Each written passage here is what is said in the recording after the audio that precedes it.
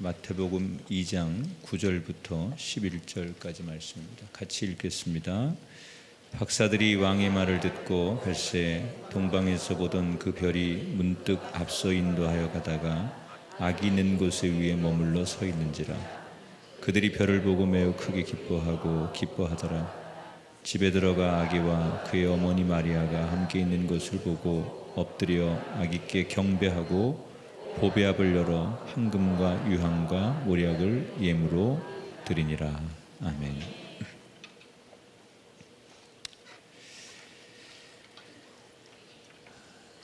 사람에게는 다 지금의 내 모습이 있기까지 많은 일들이 존재합니다.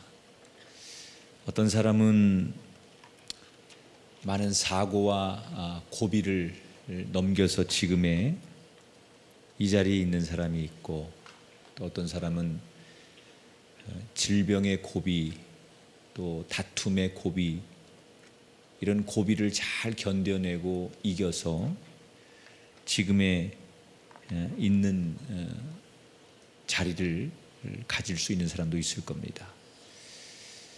예수님도 세상에 태어나셔서 참 많은 고비를 넘기십니다. 그런데 하나님께서 그 고비마다 함께 하시고, 하나님을 지켜주시고, 하나님이 예수님을 지켜주시고 함께 하셨기 때문에 예수님이 귀한 사역을 끝까지 감당할 수 있었습니다. 특별히 오늘 이제 마태복음 2장은 예수님의 어린 시절 이야기가 나옵니다. 예수님이 태어나기 전에, 오늘 성경은 몇 가지 예수님이 태어나기 전에 사건을 소개합니다. 그러니까 1절에 보면 헤롯 왕 때 예수께서 유대 베들레헴에서 나심에 동방으로부터 박사들이 예루살렘에 이르러 말하되 유대인의 왕으로 나신 이가 어디 계시뇨? 우리가 동방에서 그의 별을 보고 그에게 경배하러 왔노라. 우리가 잘 아는 얘기죠. 동방 박사들이 별을 보고 예루살렘으로 예수님을 찾아왔어요. 그리고 낯선 이 예루살렘에 찾아온 동방 박사들이 사람들에게 뭐라고 질문을 하느냐? 유태인의 왕이 태어났는데 어디 계시냐? 이렇게 예수님을 찾았어요. 이 유태인의 왕으로 태어난 그 아기가 어디 계시냐?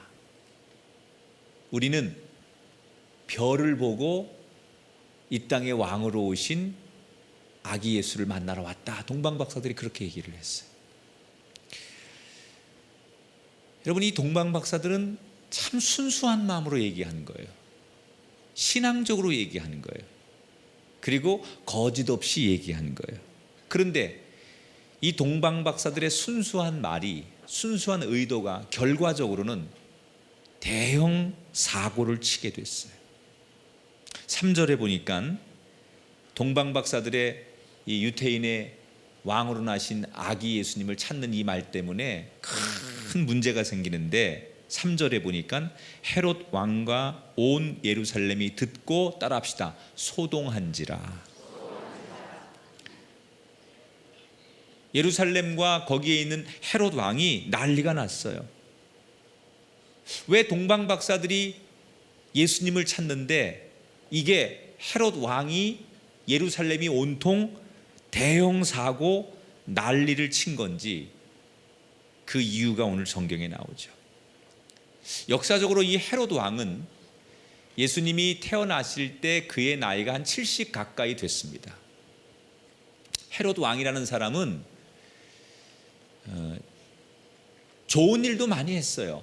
예를 들어서 이 헤롯 왕이 예루살렘 성전도 건축하고 가난한 백성들의 세금도 감면해 주기도 하고, 또 정말 가난한 백성들을 구제해 주는 이런 일도 이 헤롯 왕이 실제로 합니다. 그래서 좋은 업적도 분명히 남긴 왕이에요. 그런데 이 헤롯 왕에게 결정적인 약점이 하나 있었어요.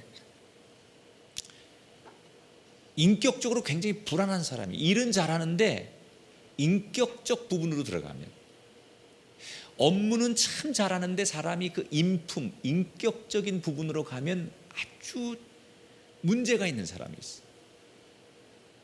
이 헤롯이라는 사람이 아주 인격적인 부분에 있어서는 말이 많은 사람인데, 특히 자기 왕자에 대한, 자기가 있는 그 왕의 자리에 대한 권력욕이 굉장히 강했던 사람이에요. 그 증거가 뭐냐? 자신의 왕의 자리를 혹시라도 뺏으려고 한다라고 하는 그런 의심이 생기면 누구도 죽여요. 그래서 누굴 죽이느냐? 자기 아내와 장모를 사형시킵니다. 혹시 자기가 가지고 있는 왕의 자리를 빼앗을 수 있는 권력과 힘을 가진 사람이라고 생각해서 자기 아내와 장모를 사형시켜요. 그뿐이 아니에요.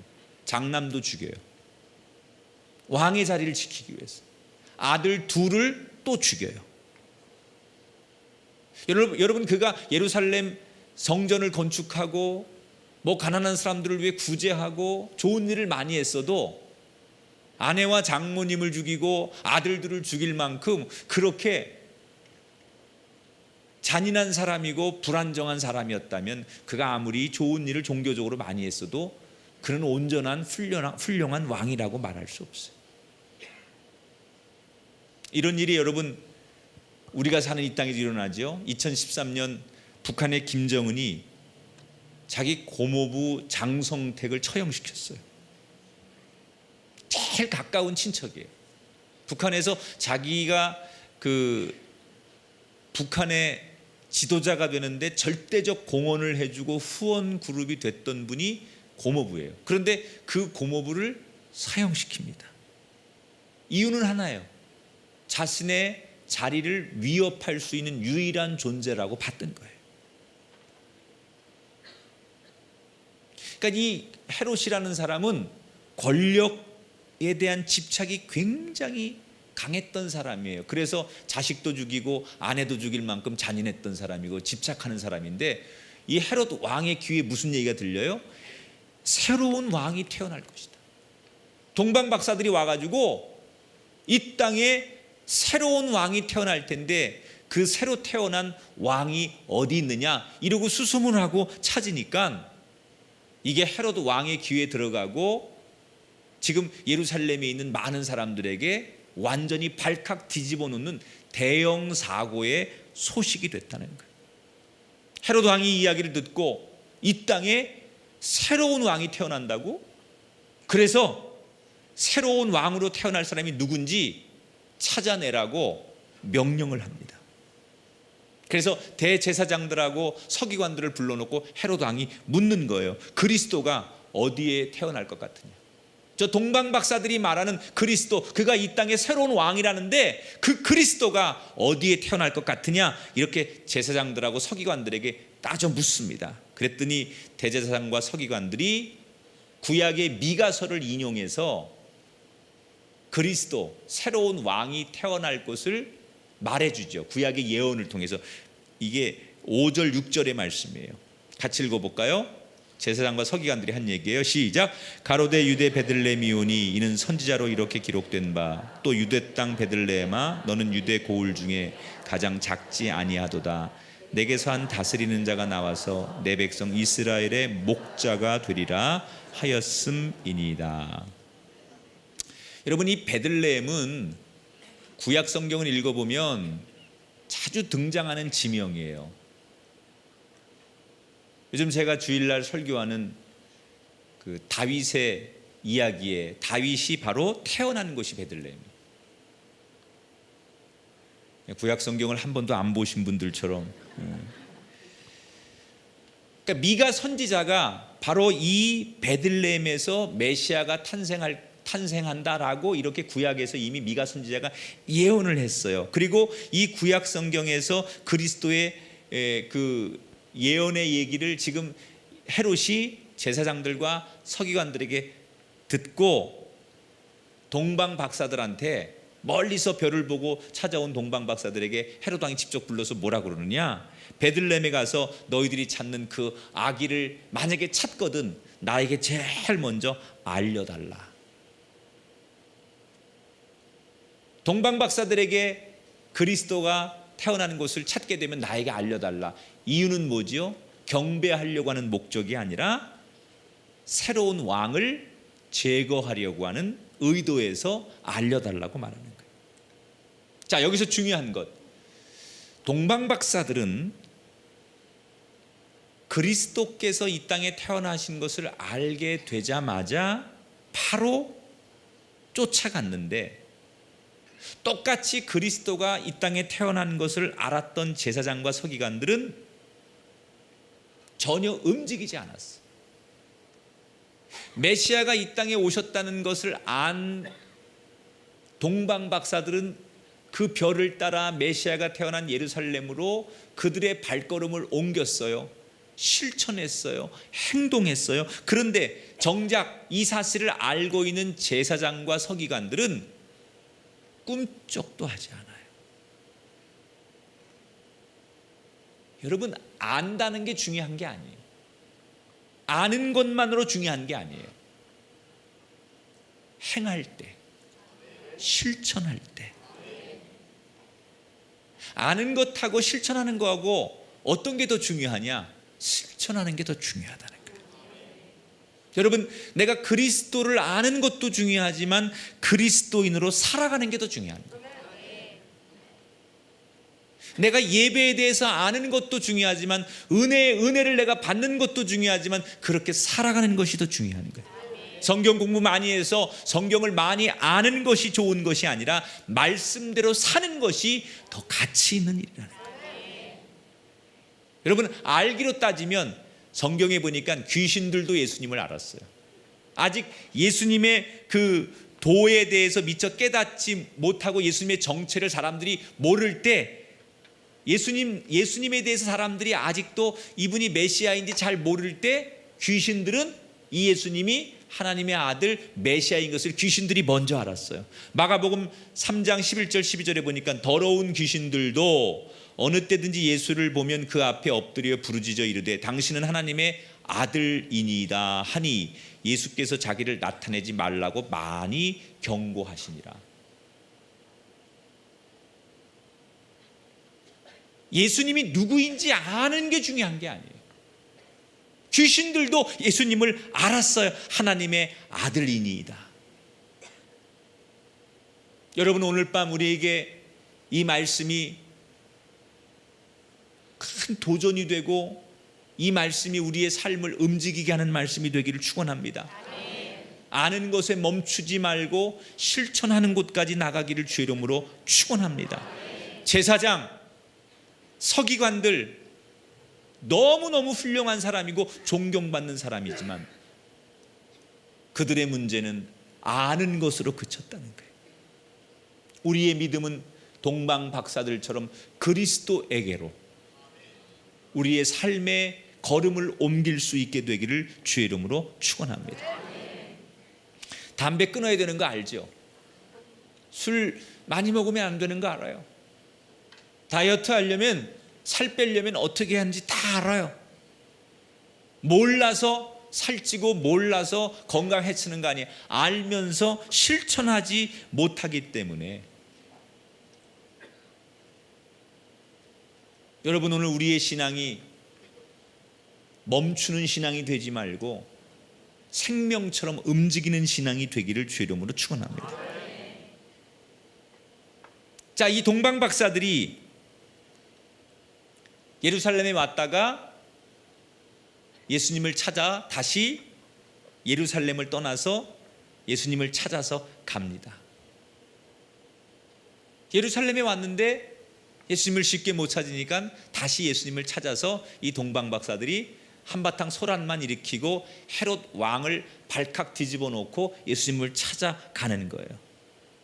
그런데 지금은 우리가 이 성경의 이야기를 동방 박사들이 그렇게 어렵게 찾아가서 예수님을 만났지 이걸 알고 있기 때문에 쉽게 얘기하지만, 사실은 이 동방 박사들이 예수님을 만나러 가는 그 여정이 결코 만만치 않았어요. 왜냐하면 별을 보고 따라갔다고 그랬잖아요. 그러니까 밤에만 이동하는 거예요. 이 땅에 아기 예수님으로 오신 그 그리스도를 만나기 위해서 동방박사들이 별을 보고 가는 거니까 밤에만 이동하는 거예요. 그래서 많은 학자들이 아마도 동방박사들이 예수님을 따라서 찾아서 가는 그 여정이 적어도 한 3, 4개월의 긴 여정이었을 것이다.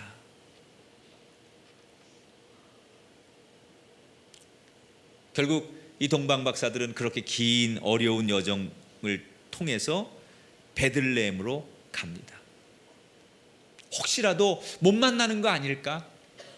너무 힘들고 또 피곤하고 춥고 그러니까 돌아가야 되나? 이런 유혹도 있었을 거예요.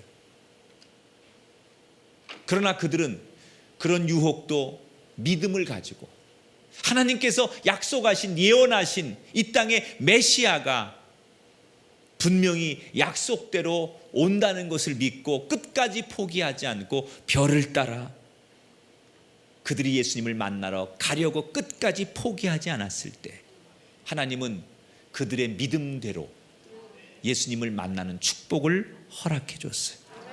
9절 10절에 보니까 박사들이 왕의 말을 듣고 갈새 동방에서 보던 그 별이 문득 앞서 인도하여 가다가 악이 있는 곳에 머물러 섰는지라 저희가 별을 보고 가장 크게 기뻐하더라.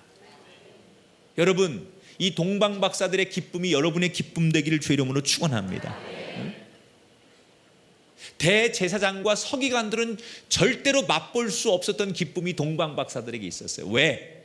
어렵지만 힘들지만 포기하지 않고 끝까지 믿음대로 갔기 때문에. 그러니까 믿음으로 사는 사람은 힘들지만 믿음의 승리를 하면 절대 세상 사람들이 맛볼 수 없는 기쁨이 믿음으로 살아가는 사람에게 있다는 거예요.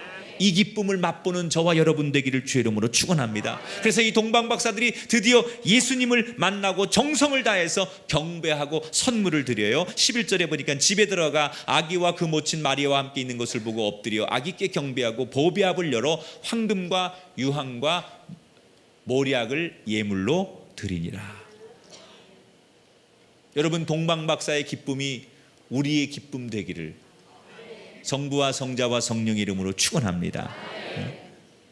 자, 이렇게 멀리서 왔던 동방 박사들이 포기하지 않고 긴 여정 동안 그 별을 보고 찾아가서 결국 아기 예수님을 경배하고 그들은 다시 자기들이 원래 있던 곳으로 되돌아가게 돼요. 이 동방 박사들이 떠나간 다음에 오늘 성경 보니까 주의 사자가 요셉에게 다시 나타나요. 그리고 굉장히 충격적인 이야기를 주의 사자가 요셉에게 명령합니다. 13절을 같이 읽어볼게요. 시작. 저희가 떠난 후에 주의 사자가 요셉에게 현명하여 가로되 헤롯이 아기를 찾아 죽이려 하니 일어나 아기와 그의 모친을 데리고 애굽으로 피하여 내가 내게 이르기까지 거기 있으라 하시니. 주의 사자가 뭐라고 요셉에게 말하여 헤롯 왕이 아기를 찾아 죽이려고 하니 거기 있지 말고 이집트로 떠나라. 이집트로 피해라. 이렇게 명령을 해요. 이때 요셉과 마리아는 이제 아기를 막 낳고 나서 얼마 안 된 정말 그 핏덩이와 같은 아기. 산모는 몸조리를 해야 되는 상황. 정말 가장 쉼이 필요하고 안정이 필요한 바로 그때 주의 사자가 요셉과 마리아에게 명령한 것은 떠나라는 거예요. 상황은 떠날 수 없는 상황이에요. 받아들일 수 없는 상황이에요. 그런데 주의 사자가 그렇게 강하게 명령해요. 그때 요셉과 마리아가 어떻게 합니까? 14절 15절에 보니까 요셉이 일어나서 밤에 아기와 그의 모친을 데리고 애굽으로 떠나가 헤롯이 죽기까지 거기 있었으니 이는 주께서 선지자로 말씀하신 바 애굽에서 내 아들을 불렀다 함을 이루려 하심이니라. 즉시 말씀대로 순종했어요. 여러분, 이 요셉과 마리아의 가장 좋은 점이 있어요. 순종할 줄 아는 사람. 다른 것 그렇게 뛰어나지 않아도 이 사람들의 장점이 있어요. 순종할 줄 아는 사람.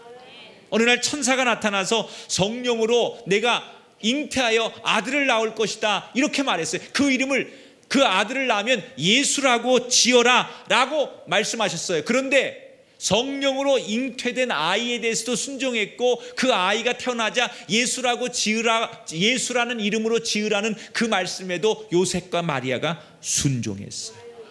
그리고 다시 한번 떠나라고 했을 때 요셉과 마리아는 또 말씀 앞에 순종했어요. 여러분, 이집트는 외국이에요. 지인도 없어요. 정처 없는 곳이에요. 쉴 곳도 없어요. 직업도 없어요. 누가 오라는 곳도 아니에요. 집도 없어요.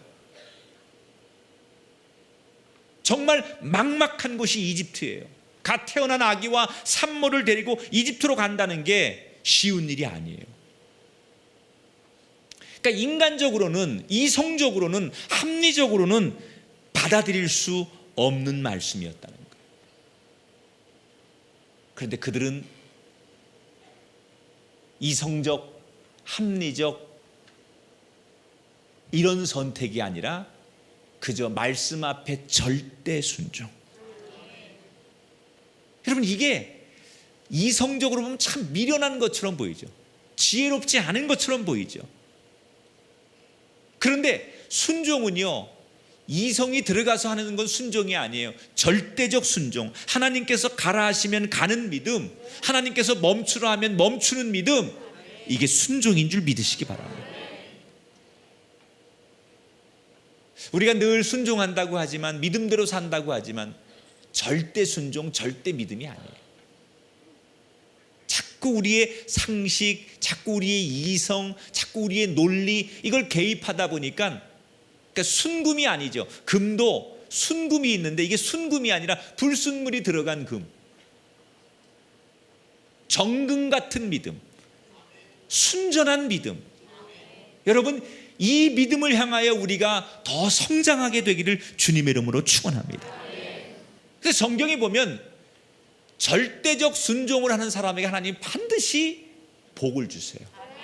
몇 년 전에, 작년이죠, 러셀 크로우가 주연한 노아라는 영화가 나왔어요. 이 영화가 나오자 뭐 영화에 대한 그 기독교 안에 찬반이 참 많았어요.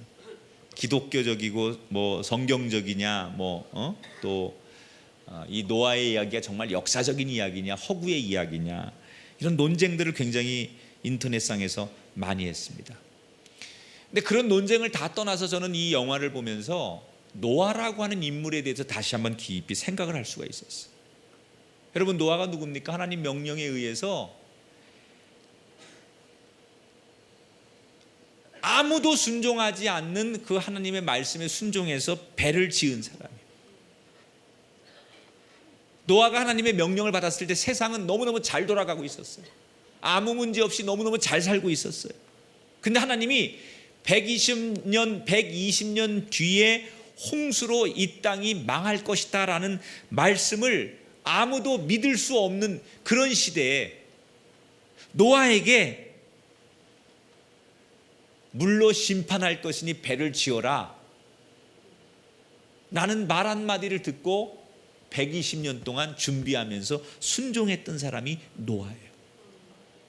그 긴 세월 동안 노아가 아무 문제 없는 세상 한복판에서 하나님의 심판의 얘기를 듣고 순종한답시고 배를 짓고 온통 거기에 그 말씀대로 산다고 그렇게 산꼭대기에 가서 뭐 자재를 나르고 배를 만드는 이런 일을 했을 때 사람들은 노아를 보고 뭐라고 얘기합니까? 다 미쳤다고 그랬어요. 그런데 결국 어떻게 됐습니까? 말씀에 순종한 노아와 그의 가족만 살아났어요. 사랑하는 여러분, 살다 보면 때로는 답답할 때가 있습니다.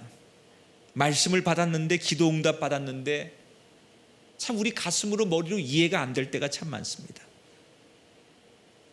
여러분, 이해하려고 하지 말고 순종하려고 하시기 바랍니다. 자꾸 이해하려고 하는 게 유혹이에요. 하나님 나를 이해시켜 보세요. 하나님 나를 설득시켜 보세요. 이게 아니라 내가 믿음으로 순종하는 걸 더 많이 간구하는 우리가 되기를 축원합니다. 하나님은 우리의 그 머리, 감정을 보시는 게 아니라 우리가 하나님 앞에 얼마나 온전히 순종하느냐를 보시고 우리에게 역사를 일으키시는 분이에요. 요셉과 마리아는 믿을 수 없는, 받아들일 수 없는 그 상황에서 말씀대로 순종하고 이집트로 피신을 해요. 그러자 헤롯은 새로 태어날 동방 박사들이 얘기한 그리스도 새로운 왕을 찾지 못하니까 그 즈음에 태어난 아기들을 무작위로 죽이기 시작해요. 그래서 헤롯이 수많은 아이들을 학살합니다. 왜? 새로운 왕이 태어난다는데, 예언자들이 새로운 왕이 태어난다고 하는데 이 왕을 살려두면 자기 자리를 빼앗아요. 왕은 하나여야 되는데 새로운 왕이 내 자리를 빼앗을 거니까 아예 씨를 말려버리자 그래서 새로 태어난 아기들을 다 죽이는 거예요. 자기의 권력, 자기의 자리를 지키려고. 그런데 헤롯은 그렇게 잔인하게 못된 짓을 일삼지만 머지않아서 결국 죽고 맙니다. 그런데 여러분, 더 놀라운 것은 헤롯이 죽으면 끝날 줄 알았더니 그의 아들 아켈라오라고 하는 사람이 아버지를 이어서 왕이 됐는데, 이 아켈라오는 아버지보다 더한 폭군이에요. 역사에 의하면 이 아켈라오라고 하는 아들이 헤롯 뒤를 이어 왕이 되자마자 자기를 반대하는 사람 3,000명을 학살합니다. 그러니까 이집트로 피신을 갔던 요셉과 마리아가 이런 끔찍한 아기들을 죽이고 지금 태어난 자기 아들을 찾는 것에 혈안이 되어 있는 그 예루살렘에 대한 소식을 듣고 예루살렘으로 감히 돌아갈 수 없는 거예요. 돌아가기를 무서워하고 돌아갈 생각을 못하는 거예요. 그런데 바로 그때 다시 주의 사자가 나타나서 또 뭐라고 얘기하느냐, 이제는 때가 됐으니 이스라엘로 돌아가라는 거예요. 그런데 하나님, 주의 사자가 베들레헴으로 돌아가지 말고 어디로 가라고 하느냐, 갈릴리 지역으로 가라. 너무 무섭지만 돌아갈 생각도 못했는데 다시 하나님이 말씀하니까 베들레헴이 아닌 갈릴리로 요셉과 마리아는 순종하여 어린 예수님을 데리고 그 갈릴리 나사렛 지역으로 정착을 하게 되죠. 그래서 예수님이 나사렛 사람이 되는 거예요. 태어난 곳이 나사렛이 아니라 예수님이 그렇게 이집트로 피난을 갔다가 주의 사자의 말씀에 순종하여 그의 부모가 예수님을 데리고 간 곳이 바로 갈릴리 나사렛이에요. 그래서 예수님을 가리켜서 나사렛 동네에서 온 촌사람이라고 사람들이 나중에 조롱하게 되죠. 자, 그런데 여러분, 성경을 읽다 보면 요 이야기까지가 마태복음에서 예수님의 어린 시절 이야기가 요 이야기로 끝이 납니다. 지금 제가 얘기한 요 예수님이 태어난 이야기, 그리고 몇 번의 죽을 고비를 넘긴 이야기가 예수님의 유일한 어린 시절의 이야기예요. 이 이후에는 예수님의 어린 시절 이야기가 아예 나오질 않아요. 우리가 흔히 위인전, 영웅전 이런 걸 이야기할 때 되게 공통적으로 나오는 얘기가 뭐냐면, 이 사람은 그의 엄마가, 부모가 태몽부터 비범했다. 어릴 때, 이미 3살 때 그를 다 깨우치고 신동에 가깝고 뭐 보통 사람하고 차원이 다른 너무나 똑똑하고 뭐 놀라워서 벌써 큰 인물이 될 것 같았다 등등. 이렇게 어떤 영웅의 이야기를 우리가 들어보면, 위인의 이야기를 들어보면 어릴 때부터 남달랐다라는 이야기를 굉장히 부각시키려고 하고 그런 이야기를 많이 조명합니다. 그런데 마태복음은 예수님의 어린 시절에 대해서 전혀 관심을 보이지 않아요. 근데 이게 마태복음뿐만이 아니라 사복음서에 다 마찬가지예요. 이 사복음서에서 그나마 예수님의 어릴 때 이야기가 가장 많이 나오는 그 복음서가 누가복음인데, 누가복음에도 아주 간략하게 예수님에 대한 이야기가 나와요. 예를 들어서 예수님이 누가복음 2장에 보면 할례 받으셨다는 이야기, 그리고 아주 잘 자라셨고 어릴 때 지혜가 많았다. 그리고 기껏해야 예수님께서 예루살렘에 부모님하고 갔다가 길을 잃어버려가지고 행방불명된 이야기, 이게 다예요. 그리고 예수님이 어릴 때 이야기가 누가복음에도 없어요. 요한복음, 마가복음 마찬가지예요.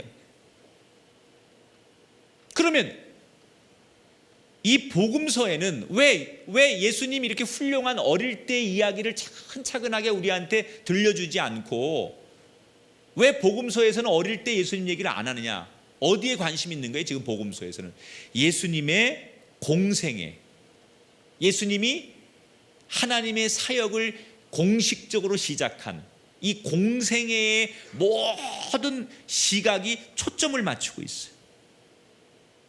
우리 생각에는 예수님이 공생의 기간의 이야기도 좋지만 어릴 적에 무슨 일이 있었는지, 어릴 때 어떻게 남달랐는지 뭐 이런 이야기까지 좀 해주면 역사적인 예수님을 이해하는 데 도움이 될 텐데, 왜 이 성경은 예수님의 공생애에 주로 집중하는 걸까? 이 의도를 제일 잘 안 사람이 누구였느냐? 사도 바울이었어요. 바울은 예수님을 보면서 뭘 집중하느냐? 십자가와 부활. 사도 바울은 예수님을 보면서 제일 중요한 게 십자가와 부활, 이게 제일 중요하다는 거예요.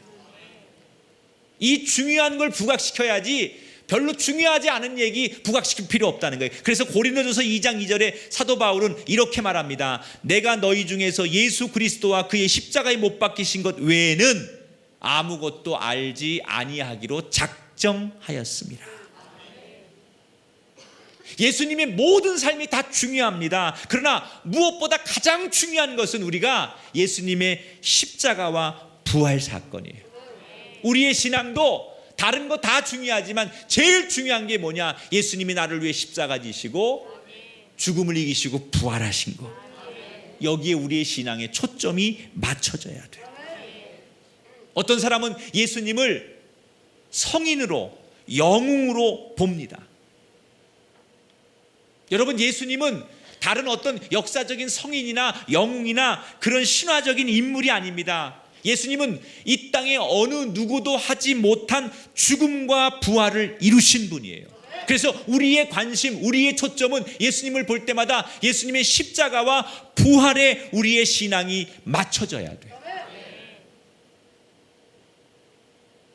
아무리 다른 이야기를 많이 알아도 우리가 이 부활, 이 십자가의 고난에 대해서 알지 못하고 믿지 않으면 그건 진정한 신앙이 아니라는 거예요. 저와 여러분도 이 십자가와 부활에 초점을 맞추는 진정한 예수님을 바라볼 줄 아는 신앙인이 되기를 주의 이름으로 축원합니다. 자, 이렇게 예수님의 어린 시절의 이야기가 여기서 이제 끝이 나요. 그런데 이 예수님의 지금 이야기는, 이 그 어린 시절의 이야기하고 태어나는 이 이야기는, 자 보세요, 구약의 예언이 그대로 이루어져요. 예를 들어서 임마누엘 탄생은 이사야 7장의 말씀이 이미 이사야 7장에 임마누엘로 탄생할 것을 예언하는데 이사야에 있는 예언이 그대로 예수님에게 일어나는 거예요.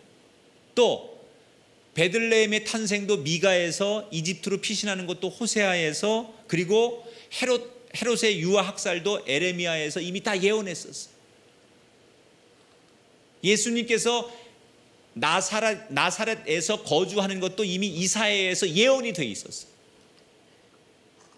그러니까 예수님이 지금 이 땅에 태어나서 지금 어린 시절의 이 이야기가 그냥 일어나는 게 아니라 아주 먼 옛날 구약 성경이 이미 다 예언된 것이 성취되는 거예요. 자, 이 말은 무슨 얘기냐? 예수님이 이 땅에 오신 것은 우연이 아니라 하나님이 오랜 시간 동안 준비하셨다는 거예요. 그냥 우연히 무슨 뭐 흘러가다 보니까 예수님이 오신 게 아니라 어느 날 갑자기 예수님을 보내야 되겠다고 해서 하나님이 보내는 게 아니라 너무나 오랫동안 하나님께서 메시아가 이 땅에 오시는 것을 준비하셨다는 거예요.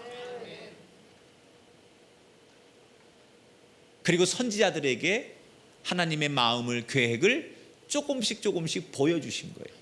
그래서 선지자들이 하나님의 마음을 조금씩 이렇게 알 때마다 내가 하나님께 들은 얘기, 하나님이 나에게 말씀하신 것을 선지자들이 구약에서 예언한 거예요.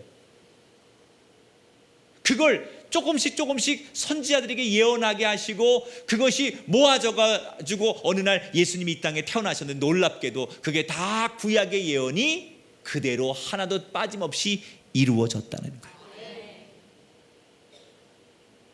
하나님은 모든 것을 계획하시고 준비하시는 분이에요. 자, 그렇다면 우리가 믿는 하나님은 예수님에게만 그랬을까?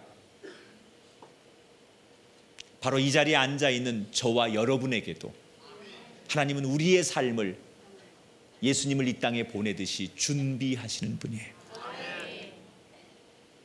우리는 지금 내 미래를, 내 앞일을, 우리의 다음 시간을 전혀 모르고 있지만 하나님은 예수님을 오랜 시간 동안 준비시키셨던 것처럼 저와 여러분의 인생을, 우리의 가정을, 여러분의 자녀를 준비시키고 계십니다. 여러분이 힘들고 괴로워하고 지금 고통스러워하고 있는 지금 이 순간에도 하나님은 저와 여러분의 행복한 삶을 준비하고 계십니다. 여러분, 그때까지 하나님의 계획과 준비함 속에 우리가 그때까지 하나님의 뜻대로 이루어지는 삶이 되기를 주의 이름으로 축원합니다. 지난 4월 1일이 만우절이었습니다.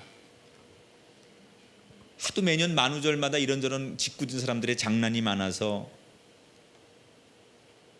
경찰에서 이미 경고를 하고 뉴스에 쓸데없는 장난하면 혹독한 대가를 치를 것이다, 이렇게 아침 뉴스에 나왔는데 어떤 사람들은 저것도 거짓말이다, 만우절이니까 이렇게 말하는 사람도 있더라고요.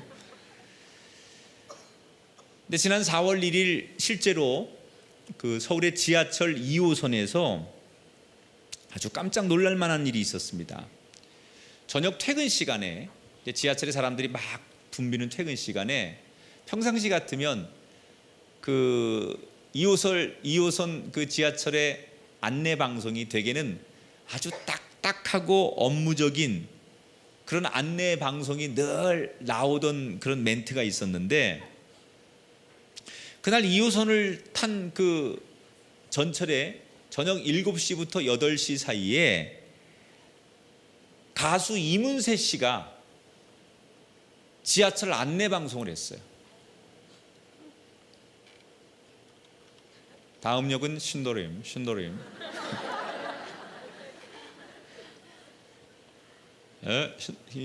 어떻게 이문세? 기광형.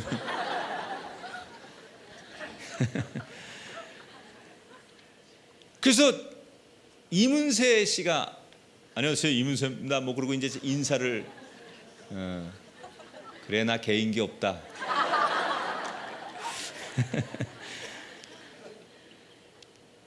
사람들이 깜짝 놀랐다는 거예요. 이문세 씨 목소리가 나오니까. 근데 그날이 하필이면 만우절이니까 사람들이 에이 설마 이거 누가 장난치는 거나 아니면 오늘 만우절이니까 이거 뭔가 있나 보다, 사람들이 다 그렇게 안 믿었다는 거예요. 근데 잠시 뒤에 이문세 씨가 진짜로 안내 방송을 마치고 그 지하철 사람들이 타고 있는 승객 한가운데 나타나는 거예요. 깜짝 놀랐어요.